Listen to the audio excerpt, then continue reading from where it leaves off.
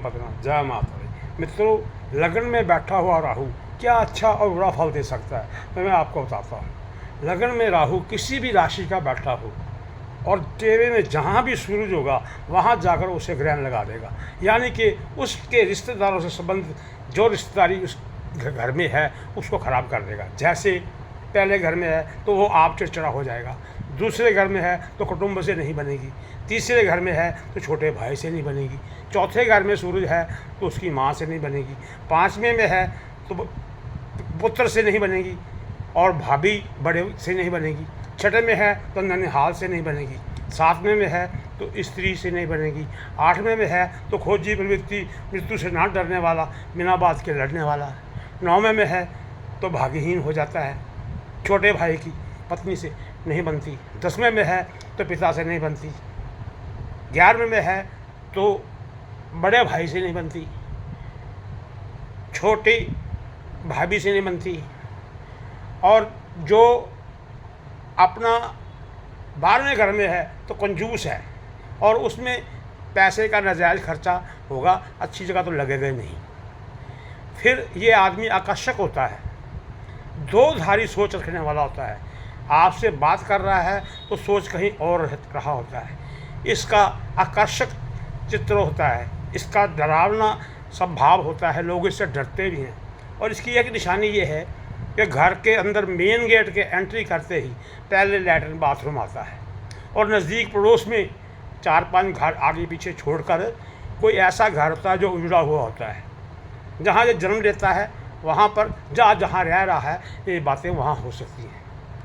अपने आप का सगा होता है, किसी की चिंता नहीं करने वाला होता हो, कोई मरे कोई जीवे, सुथरा खोल पतासे पीवे, अपने पेट के ही सके होते हैं।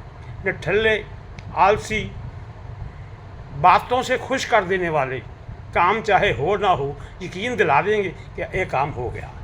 फुकरापंथी, झूठी शान, दिखावा, दूसरे को धमकाना, डराना और आप अंदर से डरना,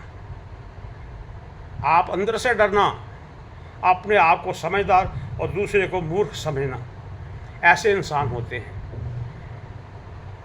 बिना बात के क्रोध करना, झगड़ा करने वाले, अपना काम दूसरों पर डालकर आप आराम करने वाले, ऐसे इंसान होते हैं जिनके राहु लगन में होता है। नींद अधिक सोने वाले, ज़्यादा समय पर सोने वाले, बेटैमा खाना खाने वाले, माले मुफ्त दिले बेरहम, इनके घर में नेगेटिविटी ज़्यादा होती है। कोई भी काम शुरू करने से पहले नोटों के सपने लेने शुरू कर देते हैं और फिर डर लगता है तो काम वही पेंडिंग हो जाता है। छोटे मोटे काम करके गुजारा करता है, अकड़ पूरी होती है और बोलने का तरीका अहंकार युक्त, घमंडी और बेशर्मी वाला होता है, बेढंगा होता है। रिश्तेदार है तो उसके मुंह पर तो नहीं बोलते, पीठ पीछे उसकी बुराई अवश्य करते हैं। पुरानी चीज़ें राहु से संबंधित कोई घर में हो तो उनको निकाल देना चाहिए। बिजली का सामान, कबाड़, टूटा फर्नीचर, ताजमहल, हाथी का खिलौना, ऐसी चीज़ों को निकाल दो तो राहु की नेगेटिविटी दूर हो जाएगी। और इसका ये उपाय है कि राहु को शांत करने के लिए बिल्ली की जेर लाल कपड़े में लपेटकर अपने पास रखें।